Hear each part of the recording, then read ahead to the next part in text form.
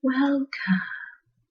This is Soothing Whispers ASMR.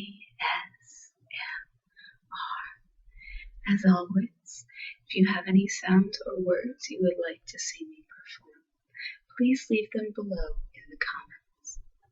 Today, I thought we could enjoy some more fairy tales, specifically Cinderella and Goldilocks and the Three Bears.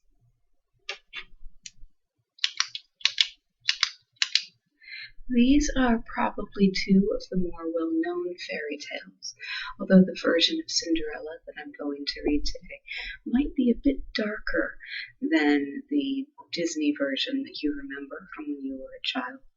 One of my friends in college actually used to complain endlessly about the Disneyification, as she called it, of fairy tales, because the originals were often much, much darker and more gruesome.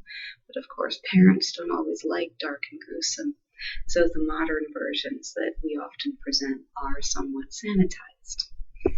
Not quite the bloody originals. And anyway, I hope you enjoy, and without further ado, here is Cinderella.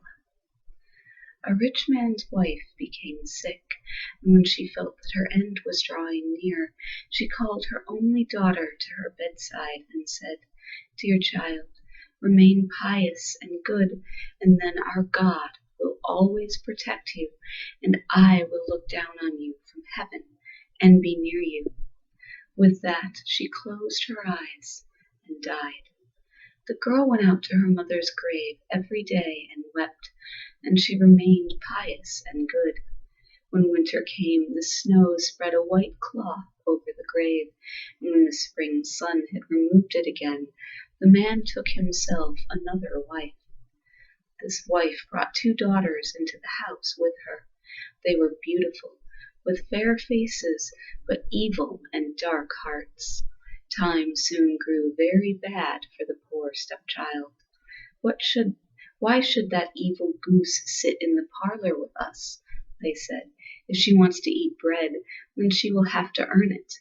Out with this kitchen maid. They took her beautiful clothes away from her, dressed her in an old gray smock, and gave her wooden shoes. Just look at the proud princess. How decked out she is, they shouted and laughed as they led her into the kitchen. Then she had to do hard work from morning until evening, get up before daybreak, carry water, make the fires, cook, and wash. Besides this, the sisters did everything imaginable to hurt her. They made fun of her, scattered peas and lentils into the ashes for her so that she had to sit and pick them out again. In the evening, when she had worked herself weary, there was no bed for her. Instead, she had to sleep by the hearth in the ashes, and because she always looked dusty and dirty, they called her Cinderella. One day it happened that the father was going to the fair, and he asked his two stepdaughters what he should bring back for them. "Beautiful dresses," said the one. "Pearls and jewels," said the other. "And you, Cinderella?" he said. "What do you want?" "Father, break off for me the first twig that brushes against your hat on your way home." So he brought beautiful dresses, pearls, and jewels for his two stepdaughters. On his way home, as he was riding through a green thicket, a hazel twig brushed against him and knocked off his hat. Then he broke off the twig and took it with him. Arriving home, he gave the stepdaughters the things they had asked for, and he gave Cinderella the twig from the hazel bush. Cinderella thanked him, went to her mother's grave, and planted the branch on it, and she wept so much that her tears fell upon it and watered it. It grew and became a beautiful tree. Cinderella went to this tree 3 times every day, and beneath it she wept and prayed. A white bird came to the tree every time, and whenever she expressed a wish, the bird would throw down to her what she had wished for. Now it happened that the king proclaimed a festival that was to last 3 days. All the beautiful young girls in the land were invited so that his son could select a bride for himself. When the two stepsisters heard that they too had been invited, they were in high spirits. They called Cinderella, saying, "Comb our hair for us, brush our shoes, and fasten our buckles. We are going to the festival at the king's castle." Cinderella obeyed, but wept because she too would have liked to go to the dance with them. She begged her stepmother to allow her to go. "You, Cinderella," she said, "you, all covered with dust and dirt, you want to go to the festival. You have neither clothes nor shoes, and yet you want to dance." However, because Cinderella kept asking, her stepmother finally said, "I have scattered a bowl of lentils into the ashes for you. If you can pick them out again in 2 hours, then you may go with us." The girl went through the back door into the garden and called out, "You tame pigeons, you turtle doves, and all you birds beneath the sky, come and help me gather. The good ones go into the pot, the bad ones go into your crop." 2 white pigeons came in through the kitchen window, and then the turtle doves, and finally all the birds beneath the sky came whirring and swarming in and lit around the ashes. The pigeons nodded their heads and began to pick, pick, pick, pick, and the others also began to pick, pick, pick, pick. They gathered all the good grains into the bowl. Hardly 1 hour had passed before they were finished, and they all flew out again. The girl took the bowl to her stepmother and was happy, thinking that now she would be allowed to go to the festival with them. But the stepmother said, "No, Cinderella, you have no clothes, and you don't know how to dance. Everyone would only laugh at you." Cinderella began to cry, and the stepmother said, "You may go if you are able to pick 2 bowls of lentils out of the ashes for me in 1 hour," thinking to herself, "She will never be able to do that." The girl went through the back door into the garden and called out, "You tame pigeons, you turtle doves, and all you birds beneath the sky, come and help me gather. The good ones go into the pot, the bad ones go into your crop." 2 white pigeons came in through the kitchen window, and then the turtle doves, and finally all the birds beneath the sky came whirring and swarming in and lit around the ashes. The pigeons nodded their heads and began to pick, pick, pick, pick, and the others also began to pick, pick, pick, pick. They gathered all the good grains into the bowls. Before a half-hour had passed, they were finished, and they all flew out again. The girl took the bowls to her stepmother and was happy, thinking that now she would be allowed to go to the festival with them. But the stepmother said, "It's no use. You are not coming with us, for you have no clothes, and you don't know how to dance. We would be ashamed of you." With that she turned her back on Cinderella and hurried away with her 2 proud daughters. Now that no one else was home, Cinderella went to her mother's grave beneath the hazel tree and cried out, "Shake and quiver, little tree, throw gold and silver down to me." Then the bird threw a gold and silver dress down to her, and slippers embroidered with silk and silver. She quickly put on the dress and went to the festival. Her stepmothers and stepsister did not recognize her. They thought she must be a foreign princess, for she looked so beautiful in the gold dress. They never once thought that it was Cinderella, for they thought she was at home sitting in the dirt, looking for lentils in the ashes. The prince approached her, took her by the hand, and danced with her. Furthermore, he would dance with no one else. He never let go of her hand. Whenever anyone else came and asked her to dance, he would say, "She is my dance partner." She danced until evening, and then she wanted to go home, but the prince said, "I will go along and escort you," for he wanted to see whom the beautiful girl belonged. However, she eluded him and jumped into the pigeon coop. The prince waited until her father came, and then he told him that the unknown girl had jumped into the pigeon coop. The old man thought, could it be Cinderella? He had them bring him an axe and a pick so that he could break the chicken coop apart, but no one was inside. When they got home, Cinderella was lying in the ashes, dressed in her dirty clothes. A dim little oil lamp was burning in the fireplace. Cinderella had quickly jumped down from the back of the chicken coop and run to the hazel tree. Then she had taken off her beautiful clothes and laid them on the grave, and the bird had taken them away again. Then, dressed in her gray smock, she had returned to the ashes in the kitchen. The next day, when the festival began anew, and her parents and stepsisters had gone again, Cinderella went to the hazel tree and said, "Shake and quiver, little tree, throw gold and silver down to me." Then the bird threw down an even more magnificent dress than on the preceding day. When Cinderella appeared at the festival in this dress, everyone was astonished at her beauty. The prince had waited until she came, and immediately took her by the hand and danced only with her. When others came and asked her to dance with them, he said, "She is my dance partner." When evening came and she wanted to leave, the prince followed her, wanting to see into which house she went. But she ran away from him and into the garden behind the house. A beautiful tall tree stood there, on which hung the most magnificent pears. She climbed as nimbly as a squirrel into the branches, and the prince did not know where she had gone. He waited until her father came, then said to him, "The unknown girl has eluded me, and I believe she has climbed up the pear tree." The father thought, could it be Cinderella? He had an axe brought to him and cut down the tree, but no one was in it. When they came to the kitchen, Cinderella was lying there in the ashes as usual, for she had jumped down from the other side of the tree, and taken the beautiful dress back to the bird in the hazel tree, and had put on her gray smock.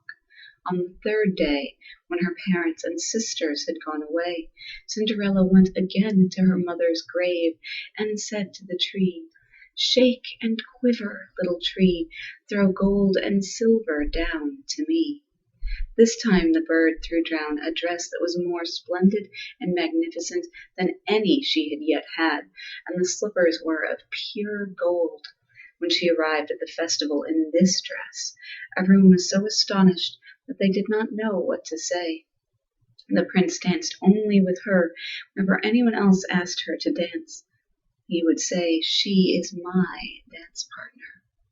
When evening came, Cinderella wanted to leave, and the prince tried to escort her, but she ran away from him so quickly that he could not follow her. The prince, however, had set a trap. He had had the entire stairway smeared with pitch. When she ran down the stairs, her left slipper stuck in the pitch. The prince picked it up. It was small and dainty, and made of pure gold. The next morning he went with it to the man and said to him, "No one shall be my wife except the one whose foot fits this golden shoe." The two sisters were happy to hear this, for they had pretty feet. With her mother standing by, the older one took the shoe into her bedroom and tried to try it on. She could not get her big toe into it, for the shoe was too small for her. Then her mother gave her a knife and said, "Cut off your toe. When you are queen, you will no longer have to go on foot." The girl cut off her toe, forced her foot into the shoe, swallowed the pain, and went out to the prince. He took her on his horse as his bride and rode away with her. However, they had to ride past the grave, and there on the hazel tree sat two pigeons crying out, "Rock-de-goo, rock-de-goo, there's blood in the shoe. The shoe is too tight, this bride is not right." Then he looked at her foot and saw how the blood was running from it. He turned his horse around and took the false bride home again, saying that she was not the right one, and that the other sister should try on the shoe. She went into her bedroom and got her toes into the shoe all right, but her heel was too large. Then the mother gave her a knife and said, cut off a piece of your heel. When you are queen, you will no longer have to go on foot.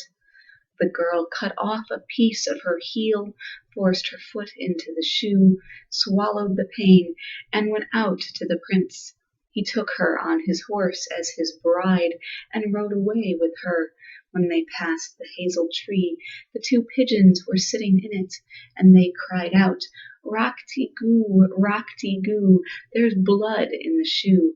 The shoe is too tight. This bride is not right." He looked down at her foot and saw how the blood was running out of her shoe, and how it had stained her white stocking all red. Then he turned his horse around and took the false bride home again. "This is not the right one either," he said. "Don't you have another daughter?" "No," said the man. "There's only a deformed little Cinderella from my first wife, but she cannot possibly be the bride." But the prince insisted on it, and they had to call Cinderella. She first washed her hands and face clean, and then went down and bowed before the prince, who gave her the golden shoe. She sat down on a stool, pulled her foot out of the heavy wooden shoe, and put it into the slipper, and it fitted her perfectly. When she stood up, the prince looked into her face, and he recognized the beautiful girl who had danced with him. He cried out, "She is my true bride." The stepmother and the two sisters were horrified and turned pale with anger. The prince, however, took Cinderella onto his horse and rode away with her. As they passed by the hazel tree, the two white pigeons cried out, "Rock-de-goo, rock-de-goo, no blood's in the shoe. The shoe's not too tight. This bride is right." After they cried this out, they both flew down and lit on Cinderella's shoulders, one on the right, one on the left, and remained sitting there. When the wedding with the prince was to be held, the two false sisters came, wanting to gain favor with Cinderella and share her good fortune. When the bridal couple walked into the church, the older sister walked on their right side and the younger on their left side, and the pigeons pecked out one eye from each of them. Afterwards, as they came out of the church, the older one was on the left side and the younger one on the right side, and then the pigeons pecked the other eye out from each of them. And thus, for their wickedness and falsehood, they were punished with blindness as long as they lived. I did warn you that it would be a little bit darker, although I have some issues with that fairy tale, specifically the method of choosing a bride. 3 nights of dancing does not seem to be the best basis for picking a life partner, but it is a fairy tale, and what do I know after all?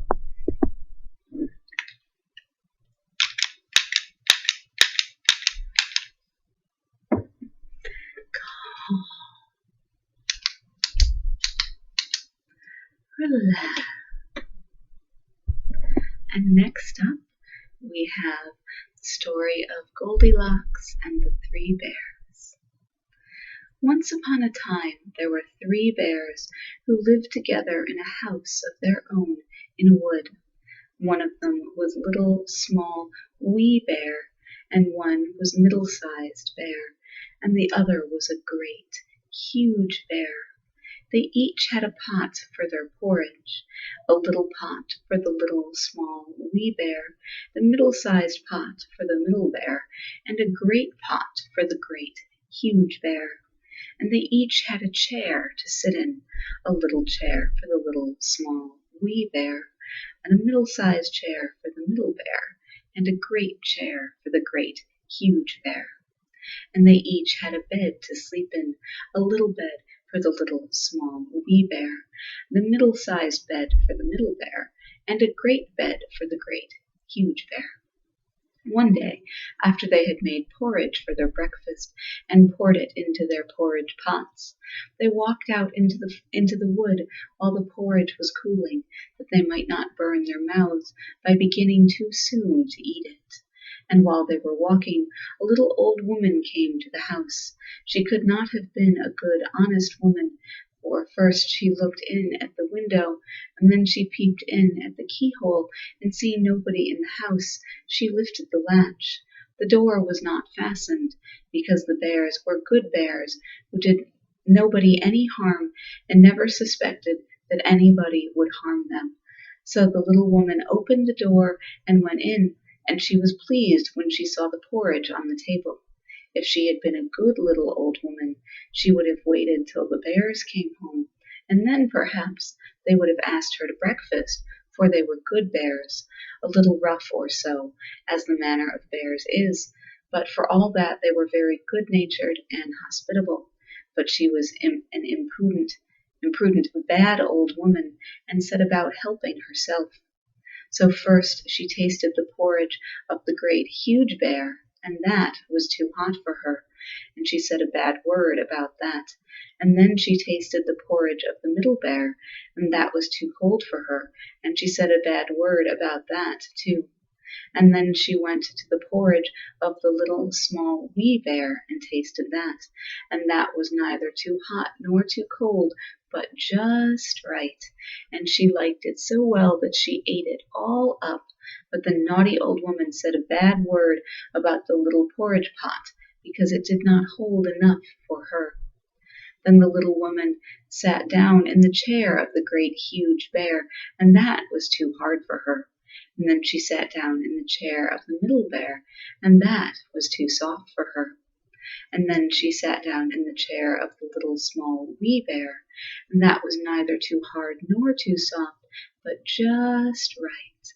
So she seated herself in it, and there she sat till the bottom of the chair came out, and down she came, plump upon the ground. And the naughty old woman said a wicked word about that too. Then the little old woman went upstairs into the bedchamber in which the three bears slept. And first she lay down upon the bed of the great huge bear, but that was too high at the head for her. And next she lay down upon the bed of the middle bear, and that was too high at the foot for her.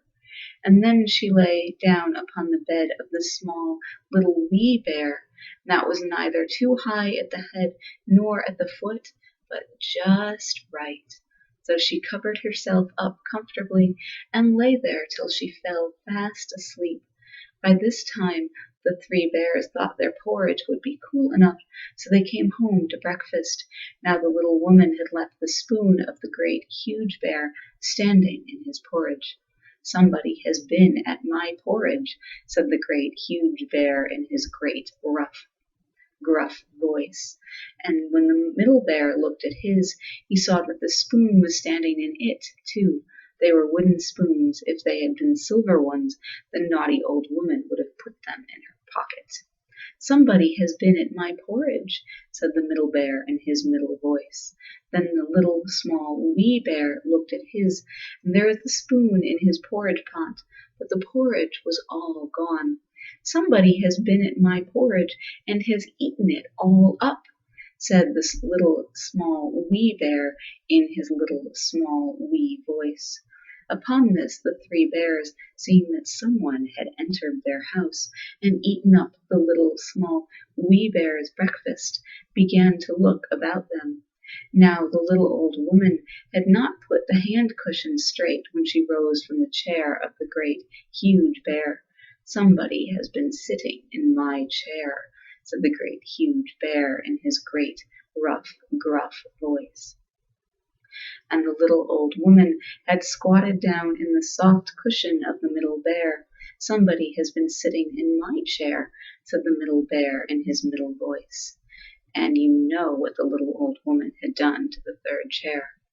Somebody has been sitting in my chair and has sat the bottom out of it, said the little small wee bear in his little small wee voice. Then the three bears thought it necessary that they should make a further search, so they went upstairs into their bedchamber. Now the little old woman had pulled the pillow of the great huge bear out of its place. Somebody has been lying in my bed, said the great huge bear in his great gruff voice. And the little old woman had pulled the bolster of the middle bear out of its place. "Somebody has been lying in my bed," said the middle bear in his middle voice. And when the little, small, wee bear came to look at his bed, there was a bolster in it. There was the bolster in its right place, and the pillow in its place upon the bolster, and upon the pillow was the little old woman's ugly, dirty head, which was not in its place, for she had no business there. "Somebody has been lying in my bed, and here she is," said the little, small, wee bear in his little, small, wee voice. The little old woman had heard in her sleep the great, rough, gruff voice of the great, huge bear, but she was so fast asleep that it was no more to her than the roaring of the wind or the rumbling of thunder. And she had heard the middle voice of the middle bear, but it was only as if she had heard someone speaking in a dream. But when she heard the little, small, wee voice of the little, small, wee bear, it was so sharp and so shrill that it awakened her at once. Up she started, and when she saw the 3 bears on one side of the bed, she tumbled herself out at the other and ran to the window. Now the window was open, because the bears, like good, tidy bears as they always were, always opened their bedchamber window when they got up in the morning. Out the little woman jumped, and whether she broke her neck in the fall, or ran into the wood and was lost there, or found her way out of the wood and was taken up by the constable and sent to the house of correction for a vagrant as she was, I cannot say, but the 3 bears never saw anything more of her. That's a very different version of the tale than the one I remember. With fairy tales that old and ones that have possibly been translated, it's very common for there to be multiple different versions or multiple retellings. That's particularly true. I don't know the history or the origin of that particular fairy tale, but some of our oldest stories began as an oral tradition and were then written down later. And so particularly with the stories that passed from that oral tradition into written language, it's very common for those as well to have multiple different versions because, of course, different storytellers added their own little flares and whatnot.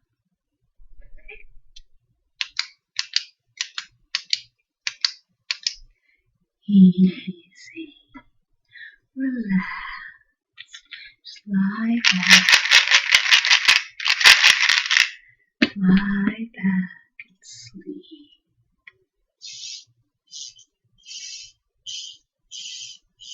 Just drift away, secure in the knowledge that that little old woman is not going to eat your porridge or break your chair or lay in your bed.